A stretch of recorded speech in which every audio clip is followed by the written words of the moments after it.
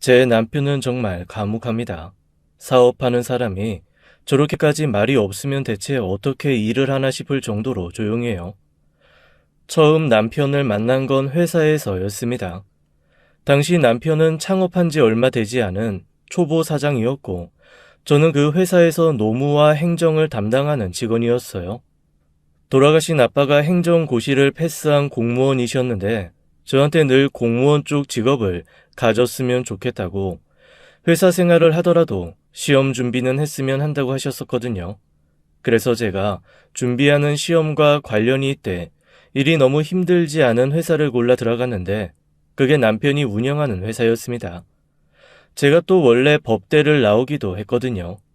동기들처럼 변호사, 판사는 제 적성에 맞지 않아서 방황할 때 아빠 얘기를 듣고 막연히 언젠가는 공무원 시험 한번 봐야겠다라는 생각을 갖고 있기는 했습니다. 그런데 입법 고시가 쉽지 않더라고요. 학원 다니면서 헌법을 공부해서 그 분야가 아예 낯선 것이 아님에도 불구하고 일하면서 공부하는 것도 어렵고 시험 자체도 쉽지 않아서 힘들었습니다. 게다가 조금씩 일이 재미있으니 아무래도 공부는 살짝 뒤로 밀려나더라고요. 처음 회사 면접을 볼 때 남편이 제게 물어본 건 하나였습니다. 꿈이 뭐냐고 하더라고요. 아버지 돌아가시고 얼마 되지 않아 만사 오만 가지가 다 귀찮을 때였고, 꿈이니 뭐니 그런 거 다 사치라고 생각할 때여서 그 질문에 대답하는 것도 무의미했거든요. 그래서 면접 보러 간 회사에서 물어보니 제 깐에는 대충 때우는 대답을 한 게 이거였습니다. 행정고시, 입법고시 두 개 다 합격하는 거요. 왜 두 개 다 합격하기를 원해요? 하나만 해도 정말 대단한 건데. 전공이 법학이어서 행정고시에 필요한 민법, 국제법은 아주 낯설지 않고 그래서 한번 보면 좋을 것 같아서요. 그런데 일은 국회에서 한번 해보고 싶거든요. 국회에서 근무하는 공무원 되려면 입법고시도 봐야 하니까 그래서 그냥 두 개 다? 욕심이 많은 것 치고는 너무 아무렇지도 않게 말하는데 회사 다니면서 할 수 있겠어요? 먹고는 살아야죠. 저도 그냥 공부만 할 수 있으면 좋겠네요. 나중에 들었지만 남편은 제가 한 그 말을 듣고 왜 그런지 모르겠지만 자기가 이 사람 공부만 하는 환경을 만들어주고 싶다는 생각을 했었대요. 그냥 다른 사람이 말했으면 속 편하게 어디 빌부터 살고 싶어 하는구나 라고 했을 텐데, 저는 그 말을 너무 담담하게 해서 이 사람은 정말 누가 밀어주면 공부는 열심히 하겠구나 하는 느낌이 들었다나요? 사실 저도 위로 오빠만 셋이라서 살갑거나 다정한 성격은 안 됩니다. 대신 우직하게 말없이 노력하는 건 또 있어요. 그런 부분들이 남편 눈에 들고 저 역시 말로만 발랑발랑 까진 남자들 보다가 책임감 있는 모습에 마음을 열게 된 거죠. 본격적으로 연애를 하면서 알아가 보니 남편이 그렇게 과묵해진 데는 이유가 있더라고요. 뭐랄까, 남편의 부모님이 좀 편애가 심하신 분들이었는데 그 편애의 기준이 몹시 애매했습니다. 일단 친가 쪽 큰아버지, 작은 아버지가 모두 공무원 출신들이신데 아버지만 아마 공부 대신 기술을 택하셨던 모양이에요. 돈은 잘 벌고 남편과 동생도 모자람 없이 키우기는 했지만 은근히 자격지심을 가지셨던 모양이더라고요. 그래서 고르고 골라 결혼을 한 게 남편의 어머니였는데, 처음에는 공무원인 줄 알고 덥석 꼬셔서 결혼했는데 알고 보니 준공무원이었다나요? 확실하게는 모르겠는데 계약직처럼 공무 출입증은 나오지만 제대로 된 공무원은 아닌 뭐 그런 거였던 거죠. 하지만 어쩌겠어요. 이미 아들 둘 낳고 한참 시간 지난 뒤에 알게 된 사실로 헤어지네 만에 할 수는 없잖아요. 그리고 어머님은 결혼하자마자 일 그만두고 집에서 살림 시작하셨으니 사실 너 공무원 아니었으니 나가 라고 할 수도 없는 거였죠. 하지만 이로 인해 공무원에 목매는 아버지의 목마름은 더 갈급해진 거였습니다. 그나마 마누라가 공무원 출신이라 대리 만족을 했는데 그게 아니니 더욱 마음에 맺힌 것이 생겨버리신 거죠. 어머니는 어머니대로 자기 남편의 콤플렉스가 그대로 본인의 콤플렉스가 되어버렸고요. 왜 원래 아들 못 낳아서 우리 집 대 끊긴다고 곡기 끊고 우는 사람들이 사실은 그 집 사람 아니잖아요. 예전부터 김씨네 대 끊기다고 오는 사람들을 보면 그 사람들 다 밖에서 시집온 이씨, 최씨, 박씨더라고요. 뭐 어머니도 그런 거랑 비슷하신 거죠. 그래서 남편은 어렸을 때부터 아버지 어머니에게 그렇게 커서 공무원 하라고 그것만큼 안정적이고 좋은 직업이 없다는 소리를 들으며 자랐다고 했습니다. 하지만 어린 마음에도 그런 생각이 들었대요. 왜 안정적이어야 하지? 난 그냥 내가 살고 싶은 대로 살고 싶은데. 난 공무원 하기 싫은데. 어렸지만 나름 생각이 있었는지 아니면 일찍 반항심이 자란 건지 부모님의 말씀을 한 귀로 듣고 한 귀로 흘렸는데 4살 터울 남동생은 그게 아니었던 모양입니다.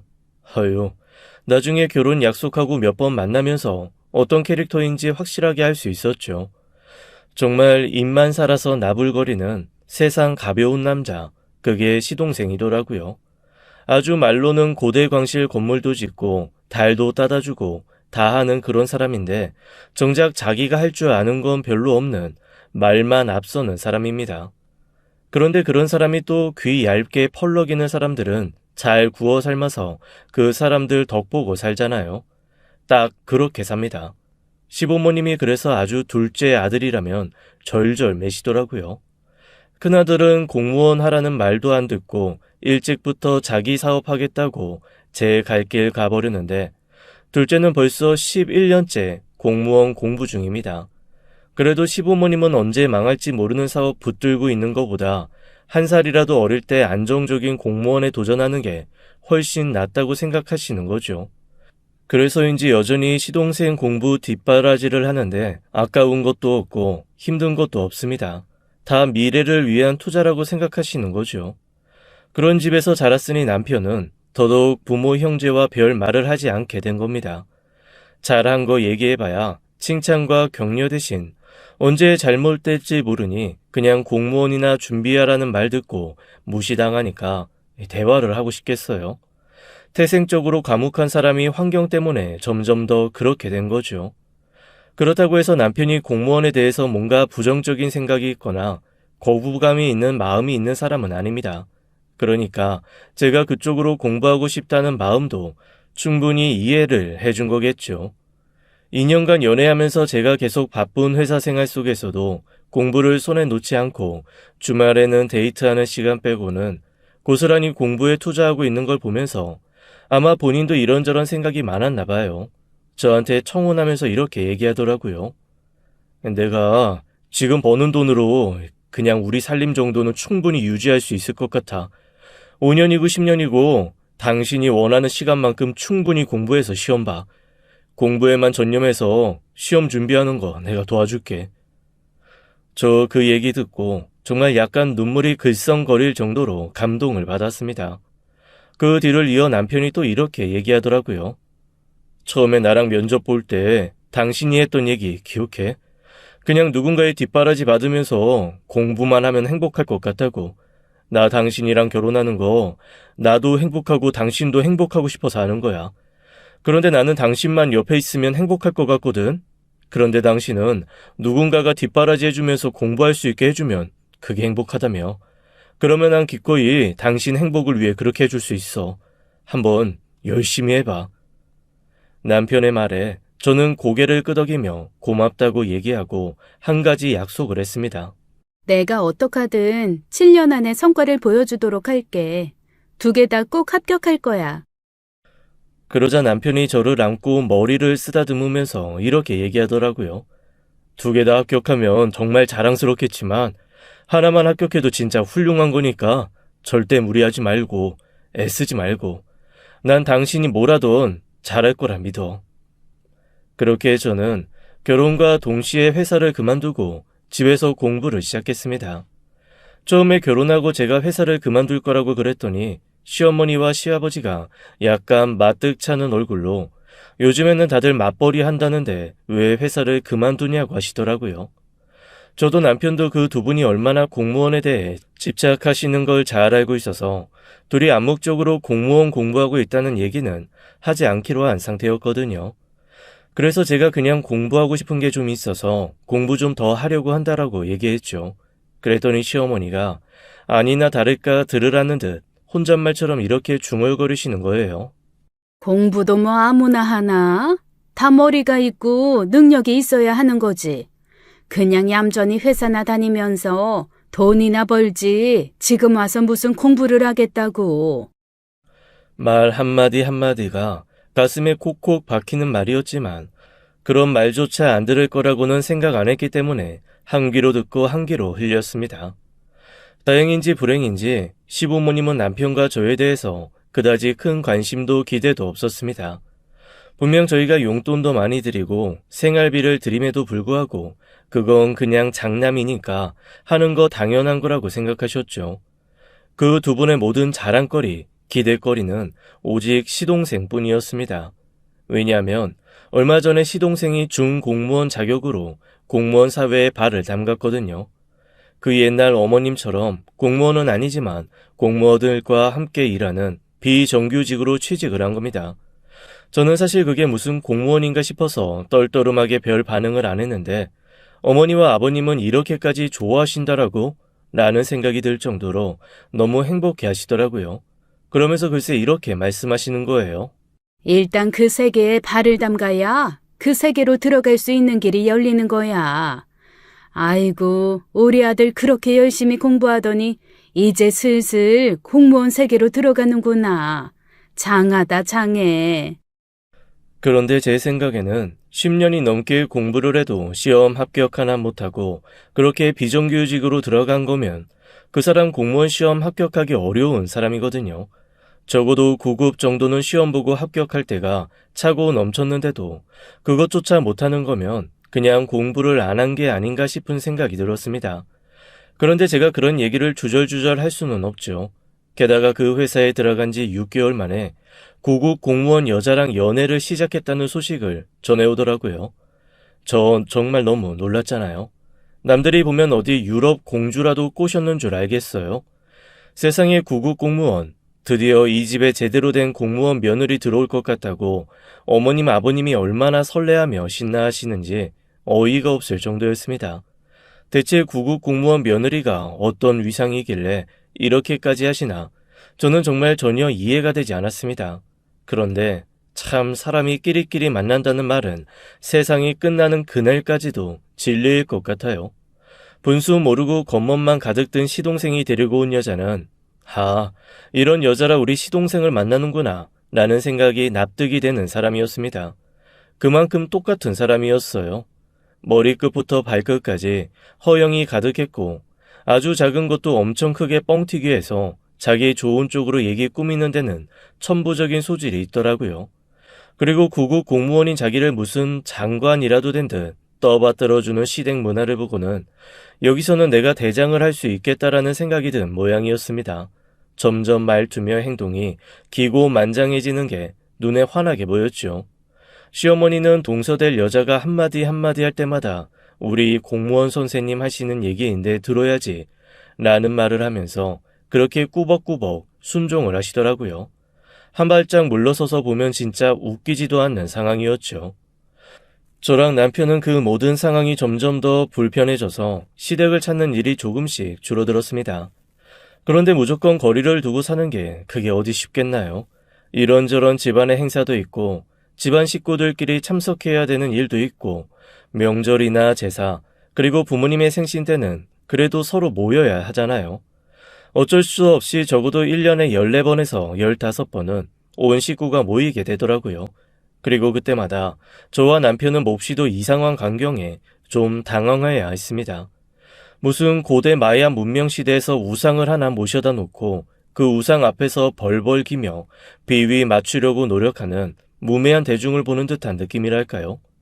이 집에서는 자기가 몹시 인정받고 우러러 보는 대상이라는 걸 알게 된 동서는 이제는 아주 대놓고 집안에 어른 노릇을 하려고 했습니다.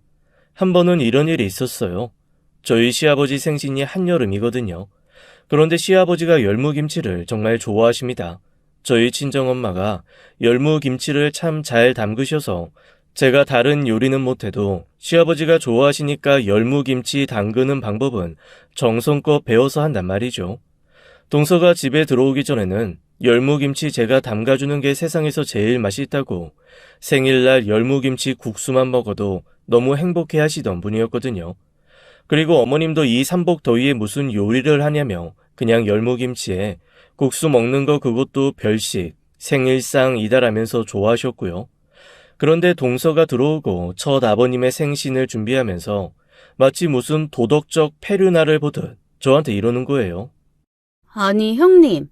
어떻게 그래도 생신상을 국수로 차려요. 국수가 원래 장수를 기원하는 음식이기는 하지만 그래도 생신인데 고기 국수도 아니고 풋내나는 열무국수라뇨. 어우, 세상에. 양반집에선 절대 안 이러죠. 순간 너무 당황스러웠습니다.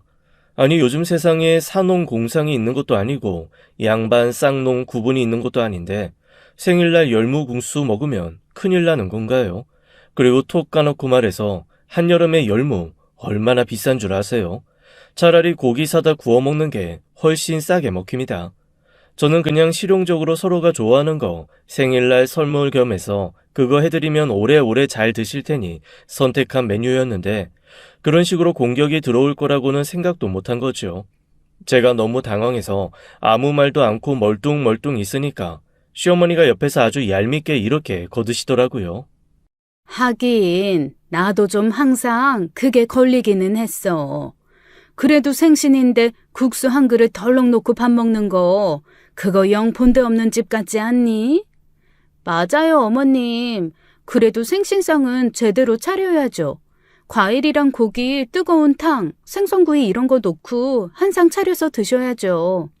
아유, 이게 뭐예요. 열무국수라뇨. 그러게. 네 말 듣고 나니까 그렇다. 역시 나란 일하는 사람 생각이 다르네. 그럼 이번 아버지 생신은 그렇게 차려볼까? 그렇게 차려야죠. 참, 그런데 어머님, 어떡하죠? 아버님 생신 식사하시기로 한 토요일 점심에 제가 글쎄 대민 지원을 나가야 돼서 조금 늦게 올 것 같아요. 식사 준비를 다 도와드리진 못할 것 같고 식사할 때 시간은 어떻게 간신히 맞출 수 있을 것 같거든요. 아이고, 나란 일이 먼저지. 뭘 그런 거를 걱정해. 그런 거는 그냥 집에서 노는 사람이 알아서 하면 돼. 네 형님 집에서 그냥 놀잖아. 그날 좀 일찍 와서 같이 요리하면 되는 거지. 너는 아무 걱정 말고 일이나 해, 응? 너무나 어이가 없었습니다. 분명히 그 자리에 제가 뻔히 있는데 저를 투명 인간 취급을 하면서 둘이서 아예 그렇게 결정을 해버리고 말더라고요. 제가 좀 부화가 나서 거기서 그냥 이렇게 얘기했습니다. 저도 그때 오전 스케줄이 안 되는데요. 오후에 끝나요. 그랬더니 동서가 저를 확 돌아보면서 아주 싸늘하게 이렇게 말하는 겁니다. 형님, 만날 노는 사람이 왜 굳이 그날 스케줄을 잡아요? 너무하신다. 저 노는 거 아니잖아요. 형님이 배려 좀 해주세요. 네? 너는 만날 첫날 집에 있으면서 하필 그날 일정을 잡고 그러니? 당장 취소해라. 그리고 원래 바깥일하는 사람들 밖에서 일 잘할 수 있게 해주는 게 집안일하는 사람들이 해야 하는 일이야. 아이고, 어디서 저런 게 들어와서? 어휴.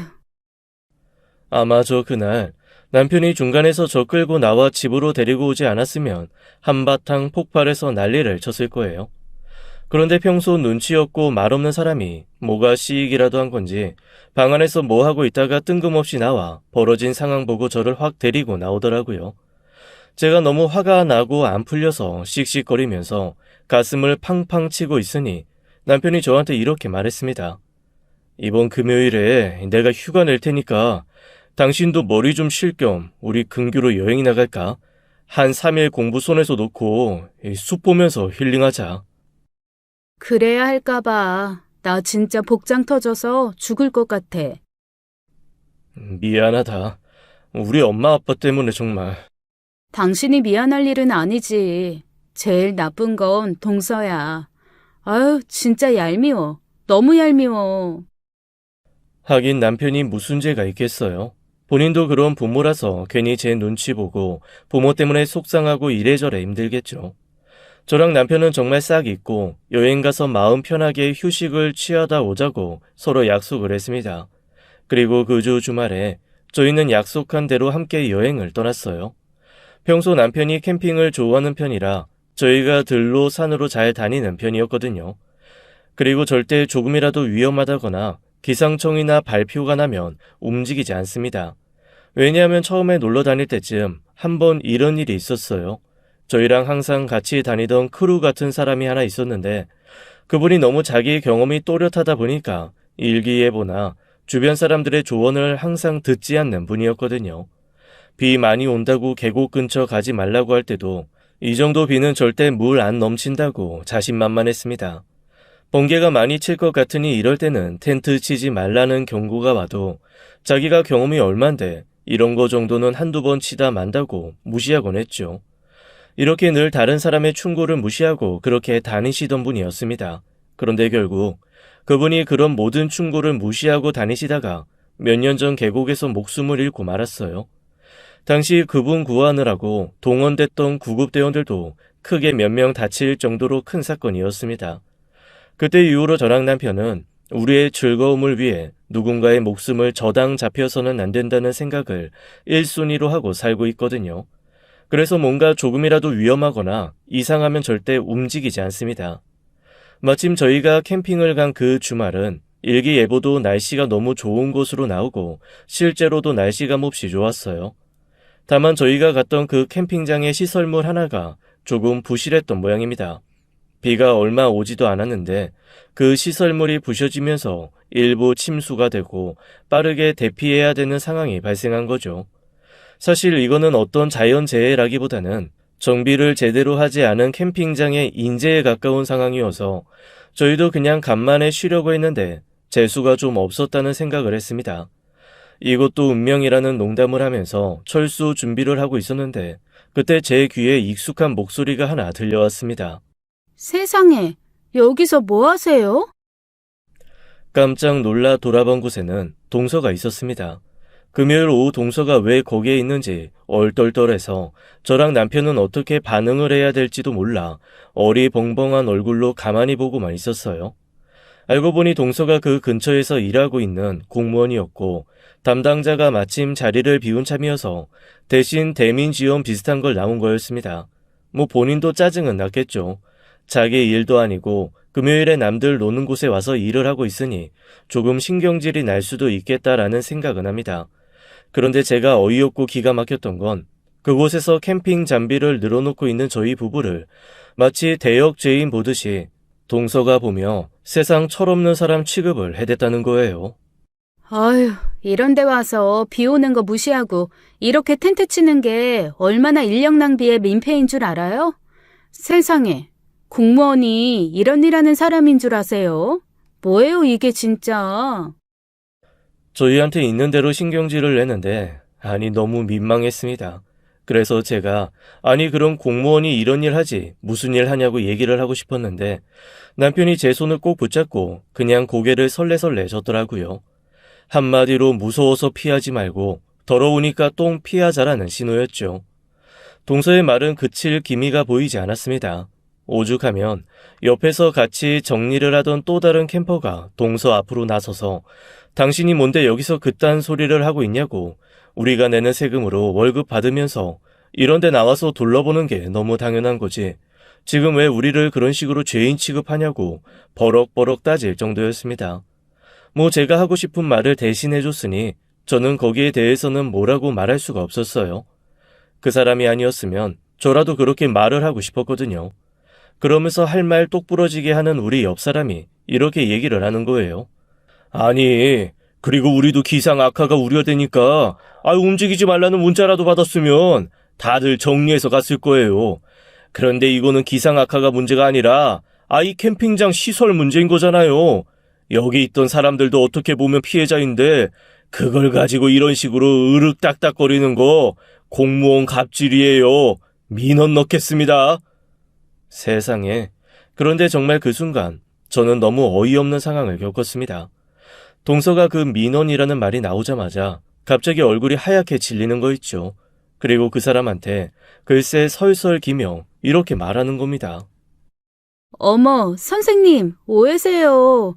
제가 그런 의도로 말한 게 아니고 너무 걱정돼서 조심하라는 거를 좀 세게 얘기했나 보네요. 그리고 엄연히 선생님한테 제가 드린 말씀도 아니고 여기 이분이 저희 가족이라서 제가 가족한테 안타까운 마음에 조금 강하게 말한 겁니다. 일단 선생님 본인에게 드린 얘기 아니니까 그냥 넘어가 주세요. 그러면서 저를 위아래로 훑어보며 이렇게 쐐기를 박는 거예요. 형님, 알아들으셨을 거라고 생각하고 전 이만 가볼게요. 아니 참, 아닌 밤중에 홍두깨도 아니고 자다가 뺨 맞은 것도 유분수지. 제가 대체 뭘 잘못해서 쟤한테 저렇게 죄인 취급을 받아야 되나. 진짜 황당하고 어이가 없었습니다. 저희 대신 한마디 해주셨던 옆자리 캠퍼가 저랑 남편한테 이렇게 물어보더라고요. 정말로 친척이에요? 너무 창피했지만 어쩌겠어요. 진짜 친척인데 고개를 끄덕였죠. 그랬더니 그분이 혀를 끌끌 차면서 참 피곤하겠다며 때로는 가족이 가장 힘든 대상이라고 힘내라고 하시더라고요. 얼결에 생판 모르는 남한테 가족 때문에 힘들 테니 힘내라는 응원이나 듣고 간만에 쉬려고 간 캠핑에서 저희 부부는 정말 영혼까지 탈탈 털린 채로 아주 너덜너덜해졌습니다. 그런데 문제는 거기서 끝이 아니었어요.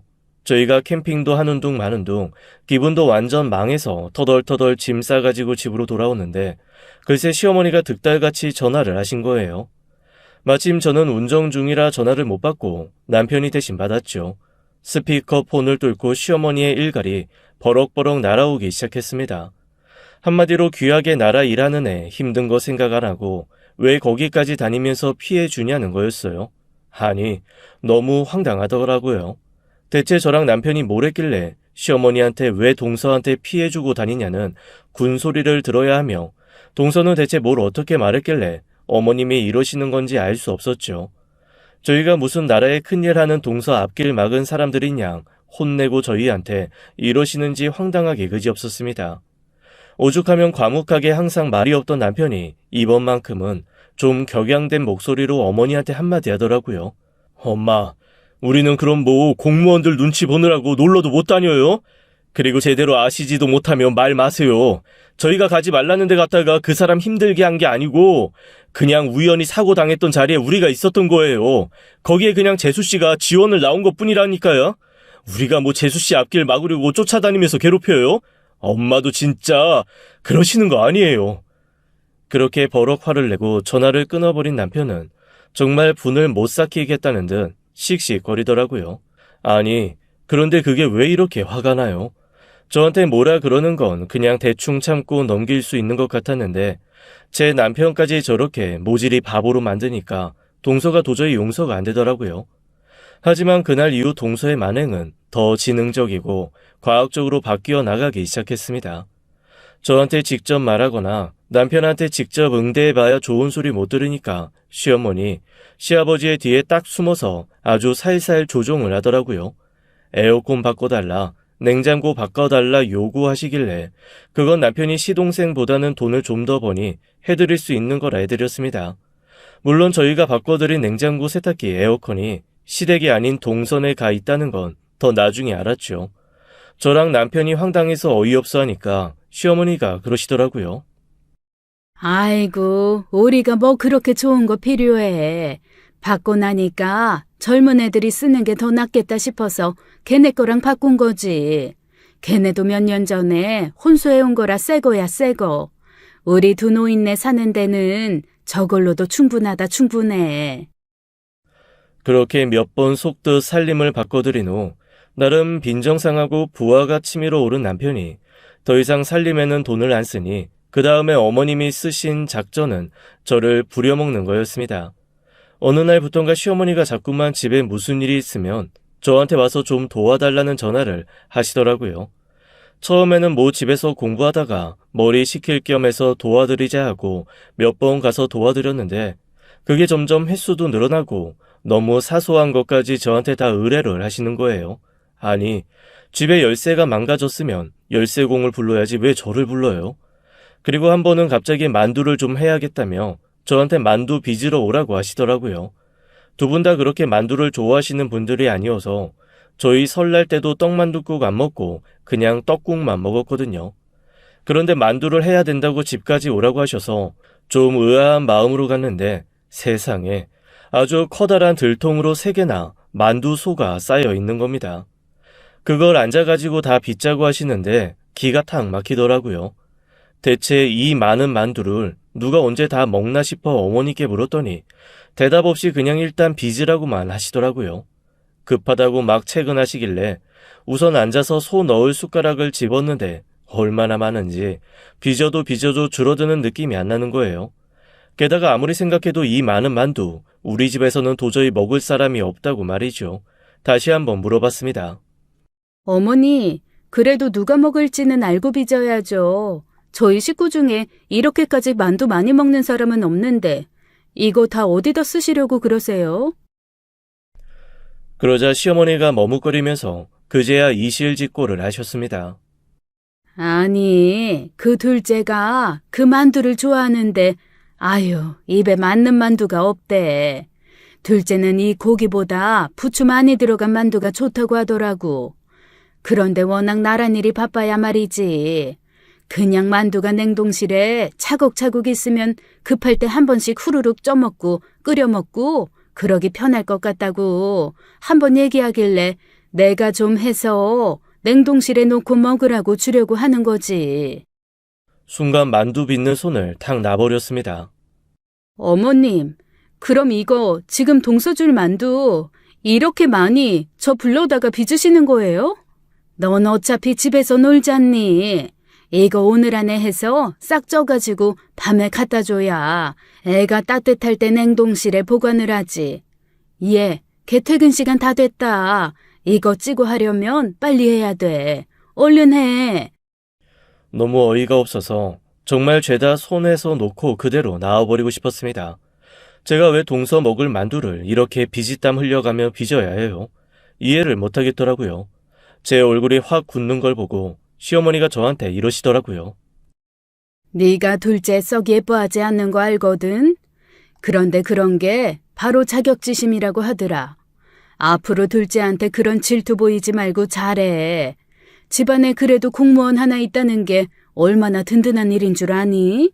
그리고 나란 일하면 얼마나 신경 쓰고 바쁠 게 많겠어. 집에서 노는 사람이 이런 식으로 좀 도와주면 일을 해도 조금 더 수월하지 않겠어? 다 복 짓는다고 생각하고 웃으면서 해. 음식하면서 그렇게 얼굴 찌푸리는 거 아니다. 정말 수도 없이 머릿속으로 갈등을 했습니다. 여기서 다 때려치우고 나가면 당장은 제 속이 편하겠죠. 하지만 제 마음 한켠에 아무리 편협하게 차별을 한다고는 하지만 늙은 어머님 혼자 끙끙거리며 고생할 게 영 마음에 걸리더라고요. 그건 또 제 마음에 편한 일은 아니었습니다. 그냥 차라리 제가 조금 더 마음 숙이고 하고 말지 라는 생각에 한숨 푹푹 쉬면서 만두를 빚었죠. 그날 밤 10시가 넘도록 만두를 정말 1000개는 넘게 빚은 것 같아요. 어머님은 진짜로 그거를 다 하나하나 쪄서 싹 식힌 다음에 켜켜이 잘 쌓아서 동서네 집에 갖다 주시더라고요. 그것도 집에 들어가면 동서 불편해한다고 대문 앞에 놓고 전화하셨대요.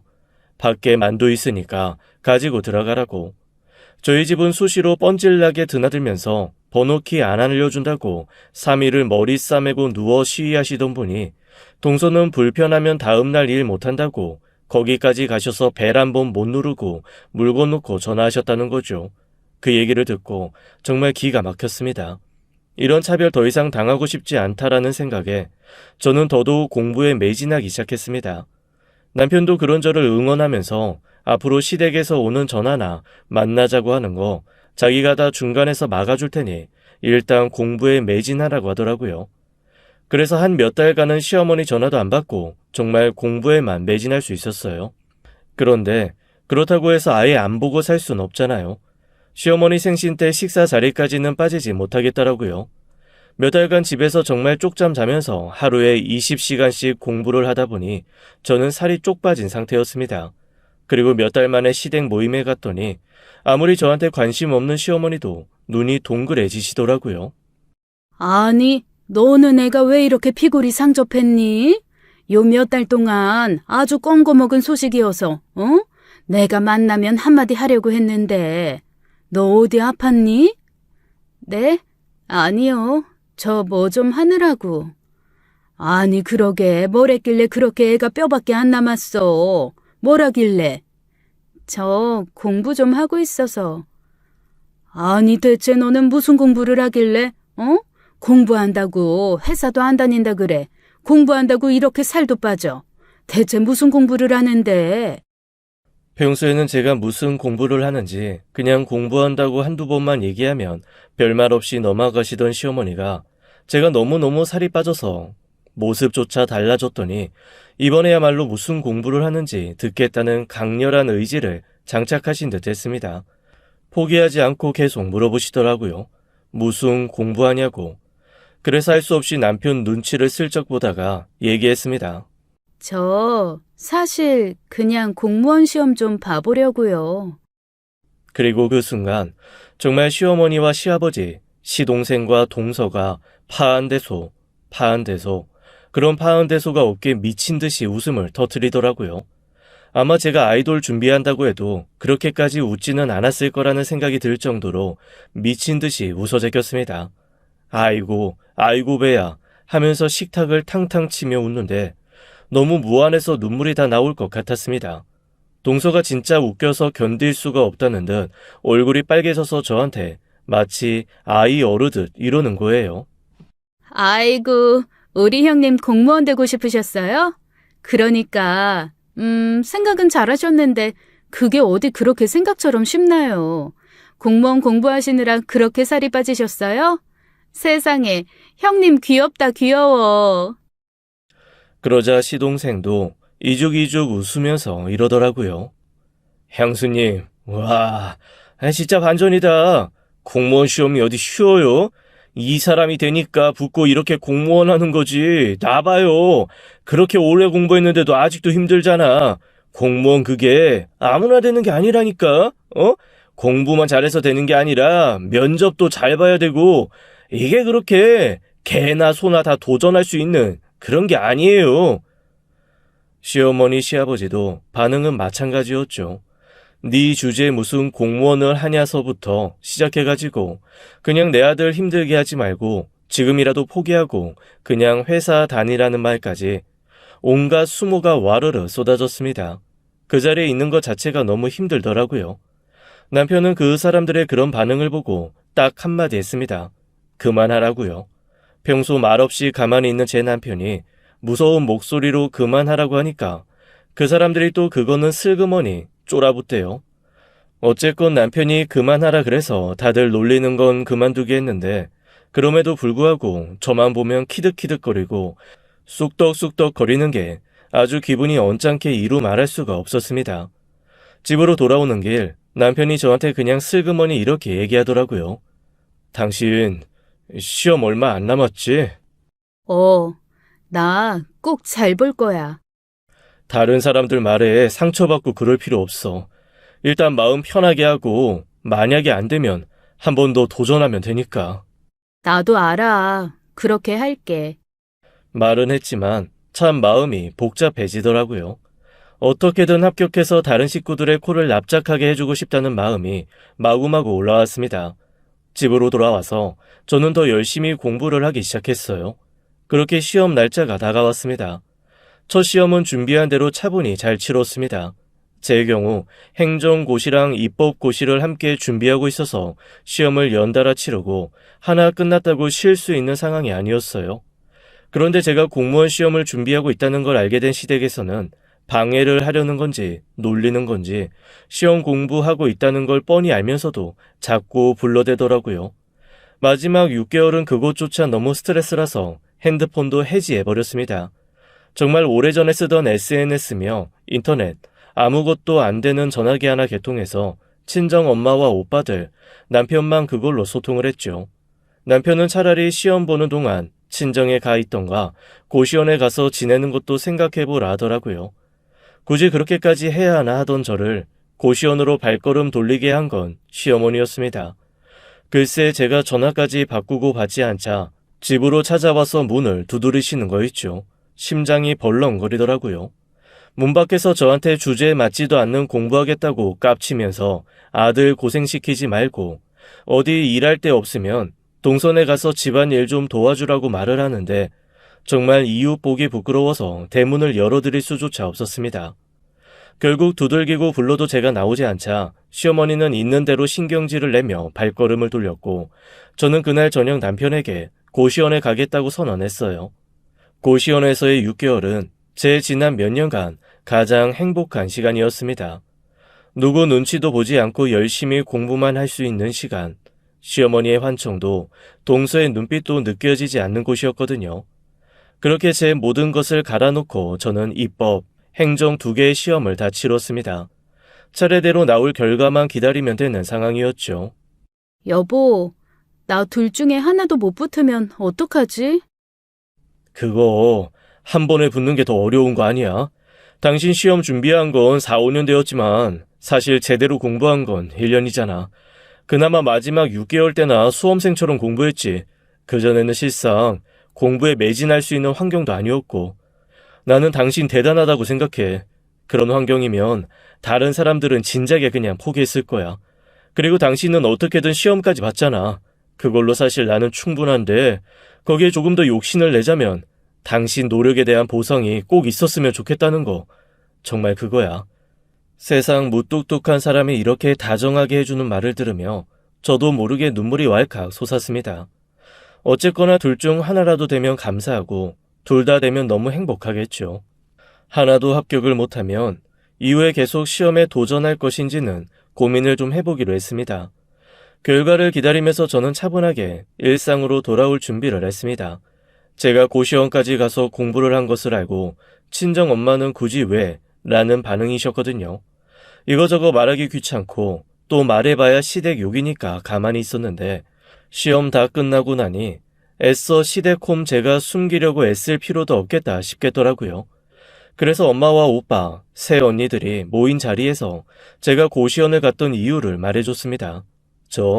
사실 제가 성격이 무뚝뚝하고 감정 표현 별로 없는 게 식구들 닮아서 그런 줄 알았거든요. 다들 그러려니 하고 무심한 사람들이라서요. 그런데 아니더라고요. 시댁 얘기를 들으면서 큰오빠, 둘째 오빠는 화를 참지 못하고 벌떡 일어나 발코니에서 담배를 뻑뻑 피우다가 들어오고 셋째 오빠는 술을 다 벌컥벌컥 마시는 게 아니겠어요. 그러면서 동서 근무처 어디냐고 아주 블랙리스트 민원인으로 제대로 괴롭혀준다고 씩씩거리는데 옳은 방법은 아니어도 그렇게 제 편을 들어준다는 것만으로도 충분히 위안이 되더라고요. 모든 얘기를 다 듣고 나서 엄마가 제게 이러셨습니다. 돌아가신 네 아빠가 왜 너한테 공무원 했으면 좋겠다고 그러셨는 줄 알아? 그냥 그게 제일 길게 가는 직업이고 아빠가 일했던 분야라 그런 거 아니야? 아빠는 네가 모든 자식들 중에 가장 자기를 많이 닮았다고. 그래서 이 분야 일하면 참 잘할 거라고. 정말 나라에 보탬되는 인재 될 거라고 믿었어. 그래서 하라고 하셨던 거야. 엄마 말을 듣는데 뭔가 마음 한켠이 몽글몽글 하더라고요. 그리고 한편 감사했습니다. 시부모님처럼 당신들의 욕심과 자존심 때문에 자식 통에 대리만족을 하는 게 아니라 정말 내 자식에게 잘 맞을 것 같고 내 자식이 잘 해줄 것 같아서 권하는 사람이 내 부모라는 게 말입니다. 그렇게 엄마, 오빠들과 얘기를 나누고 있는데 남편이 저를 데리러 왔습니다. 안 그래도 무서워하는 저희 오빠들인데 하필 그날따라 저한테 이런저런 얘기를 들은 후라 오빠들 눈빛이 곱지 않더라고요. 뭔가 이상하다 싶었는지 남편이 슬금슬금 눈치를 보는데 평소 저랑 제일 많이 싸우고 괴롭히던 셋째 오빠가 이러는 겁니다. 지금처럼만 잘해. 든든하게. 방패 막 있다. 그러란 말이야. 네, 알겠습니다. 무슨 방패 막이를 하라는 건지 영문도 모른 채 남편은 고개를 끄덕였고 저는 집으로 돌아오는 길 남편에게 자초지정을 말해주었습니다. 좀 미안했거든요. 그러자 남편이 그나마 형님들이니 그냥 넘어갔지 다른 집 같았으면 자기 한 대 맞았다며 저 시험만 합격하면 꼭 큰 선물 해주고 친정 식구들이랑 다 같이 여행이라도 가자고 하더라고요. 그건 또 그거대로 고마웠죠. 어쨌거나 시험이 끝난 후 이렇게 일상을 살고 그동안 쌓였던 것도 좀 풀면서 아무렇지도 않은 척 살았지만 실상은 몹시 불안했습니다. 정말 다 떨어지면 어떡하지 라는 생각에 자다가도 벌떡 일어나서 숨을 몰아쉴 정도였어요. 그렇게 첫 번째 시험 결과가 나오는 날이 다가왔습니다. 아침부터 내내 안절부절 못하면서 초조하게 왔다 갔다 하다가 드디어 합격자 발표 시간. 떨리는 손으로 발표창을 새로 고침하다 저는 온몸에 기운이 빠져 스르르 책상 의자에서 미끄러져 바닥에 쓰러지고 말았습니다. 걷잡을 수 없는 울음이 터져 나오더라고요. 뭐가 그렇게 걱정이 되었는지 회사도 안 가고 이 핑계 저 핑계 대면서 집에 있던 남편은 제 울음소리를 듣고 슬그머니 방으로 들어와 저를 일으켜 안았습니다. 괜찮아. 다음에 더 잘하면 되지. 어? 다음이라니. 다음이 왜 필요해? 당신 포기하지 않을 거라며. 우는 건 지금 잠깐만 하고 다시 용기 내서 공부하자. 어? 무슨 소리야? 나 붙었어. 뭐? 붙었다고? 그런데 왜 울고 있어? 야, 나 떨어져서 우는 줄 알고 달려왔잖아. 사람 놀라서 기절하게 만드는 이 사람이 진짜. 아니, 합격했는데 왜 울어, 왜? 너무 좋아서 그랬지. 저랑 남편은 서로 끌어안고 일어나 덩실덩실 춤을 췄습니다. 비록 1차 합격이지만 첫 고비를 넘겼다는 생각에 힘이 불끈 솟더라고요. 이후 3차까지 이어진 시험도 저는 남편의 응원 속에 차근차근 다 치를 수 있었습니다. 결과는 최종 합격이었죠. 남편이 정말 너무너무 좋아하더라고요. 자기 친가에도 이렇게 시험 봐서 5급 공무원이 된 사람은 없다며 저보고 진짜 대단하다고 칭찬을 하는데 저도 모르게 어깨가 으쓱했습니다. 일단 큰 산은 하나 넘은 셈이었죠. 제가 전화도 안 받고 번호도 바꾸고 두문불출을 하니 처음에는 집까지 찾아와 꼴질을 하던 시댁 식구들도 이제는 아예 없는 사람 취급을 하기 시작했습니다. 오히려 저는 더 편했죠. 남편이 말을 전해주지 않아 자세하게는 모르지만 아마 시댁 식구들 사이에서 저는 머리 나빠서 혼자 애쓰고 있는 바보 멍청이 천지 취급을 받는 것 같았어요. 뭐랄까, 자기네들이 워낙 공무원에 대해 우러러보는 마음이 있으니 그 시험 자체를 무시하지는 못하는데 제까지 것이 도전하고 있다는 건 가짜않게 생각하는 마음이랄까요. 그러다 보니 시간이 지날수록 건드리는 건 덜해지더라고요. 덕분에 저는 합격한 행정고시를 든든한 배수진으로 두고 남은 입법고시에 매진할 수 있었습니다. 역시나 시험은 쉽지 않았습니다. 떨어져도 할 수 없겠다는 마음과 그래도 꼭 합격하고 싶다는 마음, 어떻게든 해내고 싶은 마음까지 제가 할 수 있는 최선의 최선을 다 쏟아부었어요. 그렇게 모든 시험을 다 마무리하고 저는 비로소 마음의 자유를 얻었죠. 시험도 다 마무리되었겠다. 더 이상 시댁을 피할 이유는 없었습니다. 제가 5급에 합격했다는 말도 굳이 하지는 않았어요. 그 사람들한테까지 자랑하고 싶을 만큼 저 절박하지 않거든요. 여하튼 거의 8개월 만에 시댁 식구들과 함께 식사를 하는 자리가 마련되었습니다. 분명 저를 놀리거나 무시하는 시간이 될 거라는 거 알았지만 남편이 자기가 알아서 정리할 테니 그냥 가만히 있으라고 하더라고요. 저는 저 나름대로 그 사람들을 신경 쓸 여유가 없었던 것 같았습니다. 하필 점심 식사를 하기로 한 그날이 제 입법고시 최종 합격자 발표 날이었거든요. 전체 경쟁률이 210대 1이어서 거의 기대는 하지 않았지만 그래도 제 눈으로 확인할 때까지는 포기하고 싶지 않았어요. 아니나 다를까 오랜만에 만난 시댁 식구들은 절 보자마자 피식피식 새어나오는 웃음을 감추지 않더라고요. 아유, 공부는 포기하셨나요? 이번에 9급 시험이 언제지? 지났지. 슬슬 합격자 발표 나올 때 아닌가? 안 그래도 이번에 전반적으로 공무원 시험 난이도가 높았다던데 괜찮았어요? 시험은 보셨죠? 제가 여시라도 좀 보낼까 하다가 그런 거조차 부담돼서 떨어졌다는 원망 듣고 싶지 않아서 안 보냈어요. 그냥 보내드릴 걸 그랬나 봐요. 다음 시험 보기 전에는 제가 보내드릴게요. 여시라도 드셔야 철썩 붙지 않겠어요? 아유, 엿먹는다고 붙으면 시험 떨어질 사람 있겠니? 다 자기 실력이고 머리지. 그렇게 마음껏 까불고 이기죽거리는데 참 가소로운 생각이 들었습니다. 남편도 평소 같으면 울긋불긋 했을 텐데 희미하게 미소까지 띠고 잠잠히 보고만 있더라고요. 일단 다 같이 자리에 앉아 식사를 시작했습니다. 뭐가 이것저것 많이 나오기는 했지만 제 신경은 온통 합격자 발표였죠. 안절부절 못하게 되더라고요. 몇 번을 핸드폰을 열었다 닫았다 하니 동서가 그게 또 거슬렸는지 저한테 물어봤습니다. 어디 연락 올 때 있어요? 아니, 뭐 좀 보려고. 혹시 합격자 발표? 형님, 정신 차려요. 오늘 발표하는 건 입법고시예요. 9급이 아니라고요. 동서의 말을 듣고 시동생과 시어머니가 배를 잡고 웃기 시작했습니다. 자기 합격자 발표 날도 헷갈리는 사람이 무슨 공무원 하냐고 마구 비웃더라고요. 그러거나 말거나 저는 다시 한번 폰을 꺼내서 세로 고침을 누르고 확인을 했습니다. 그리고 조용히 핸드폰을 남편에게 건네줬죠. 남편이 깊게 한숨을 내쉬더라고요. 저기 할 말 있어요, 저희. 응? 무슨 할 말? 아이고, 알았어. 그만 놀릴게. 그래, 우리가 심했다. 우리가 잘못했어. 그게 아니고 이 사람 공무원 시험 합격했어요. 남편의 말에 그 자리에 있던 모두가 얼떨떨한 얼굴로 멀뚱멀뚱 바라보더라고요. 그 와중에 먼저 입을 연 건 동서였습니다. 어머, 9급? 어느 지역이요? 그 순간 저는 남편의 말과 행동을 아마 평생 잊지 못할 것 같아요. 진짜 속 시원했거든요. 아이고, 공부해서 뭐하러 9급을 봅니까? 보려면 제대로 된 거 봐야지. 이 사람 얼마 전에 행정고시 5급 합격했고 방금 입법고시도 합격했어요. 이번에 경쟁률이 210대 1이었다죠.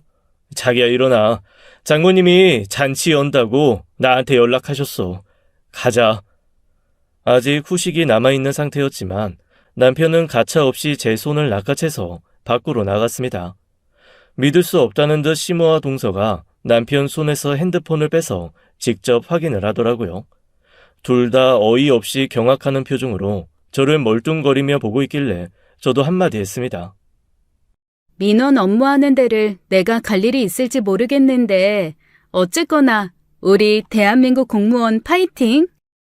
잔뜩 썩어 들어간 표정의 가족들을 두고 나오는 길, 정말 발걸음이 너무 가벼웠습니다. 그리고 진짜 너무너무 속이 시원했어요. 남편이 저한테 진짜 수고했다고 너무 자랑스럽다고 해주더라고요. 앞으로 동서가 저한테 까부는 일, 시어머니가 무시하는 일 없겠죠? 지금까지 사연 읽어주는 남녀였습니다. 끝까지 함께해 주신 여러분 감사드리며 저희는 다음 사연으로 돌아올게요. 감사합니다.